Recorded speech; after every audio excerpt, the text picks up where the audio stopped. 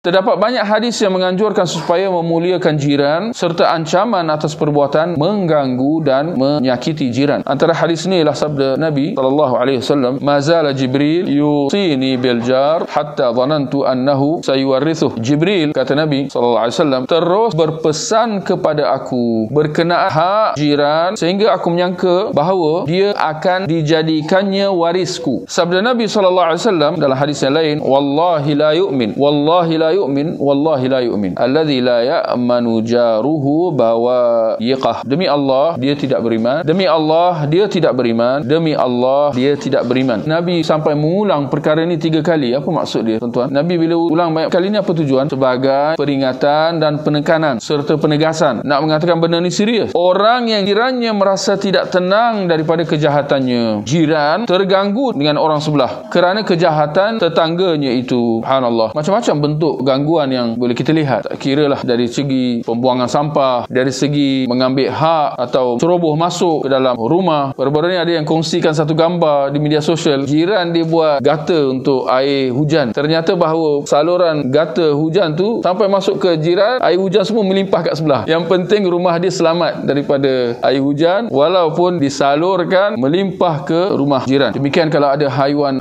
peliharaan, kucing dan sebagainya. Banyaklah isu-isu kejiranan. Nak mengatakan bahawa dalam kita hidup berjiran, apakah prinsipnya, tuan-tuan? Apakah prinsipnya yang boleh dijadikan sebagai panduan untuk kita hidup dalam keadaan aman damai? Apakah panduan dia? Kaedahnya ialah kompromi, tolak ansur, give and take. Barakallahu fiik. Maknanya jangan kita nak menuntut hak kita tetapi mengabaikan hak dia. Satu. Yang kedua, untuk kita nak berlaku adil dengan jiran, hendaklah kita meletakkan diri kita dalam posisi dia. Seperti mana kita hendak dilayan dengan baik, maka hendaklah kita layan jiran dengan baik. Kenapa sampai ditekankan tentang hak jiran ni, tuan-tuan? Kenapa jiran? Ada apa dengan jiran? Ya, benar, kerana jiran maknanya orang yang tinggal dekat dengan kita. Maknanya perhubungan kita dengan dia seharian, bukan jarang-jarang. Sejauh mana kita tenang, gembira di rumah kita bergantung kepada sejauh mana hubungan baik atau tidak dengan tetangga. Maknanya akhirnya dia kembali kepada ketenangan dan kebahagiaan. Sedangkan itu matlamat semua manusia, yang muslimnya, yang kafirnya. Betul atau tidak? Semua nak bahagia, semua nak gembira. Tak ada siapa yang nak merana, nak hari-hari marah. Tapi ada resepi dia, iaitu menjaga hubungan baik dengan jiran tetangga. Bayangkan, tuan-tuan, kalau tuan-tuan keluar dari rumah, pergi kerja, pergi mana-mana, tapi hati tuan-tuan masih lagi tertinggal kat rumah. Kenapa? Duk risau. Jiran nak pedajal kita, nak menganiaya kita. Ada video baru-baru ni disebarkan, tak tahulah di mana. Seorang jiran ni nampaknya macam tinggal kat apartmen macam itulah. Dia boleh bawa botol najis dia, air kencing dia siramnya depan rumah tetangga dia. Bayangkan. Ini maknanya mesti ada rentetan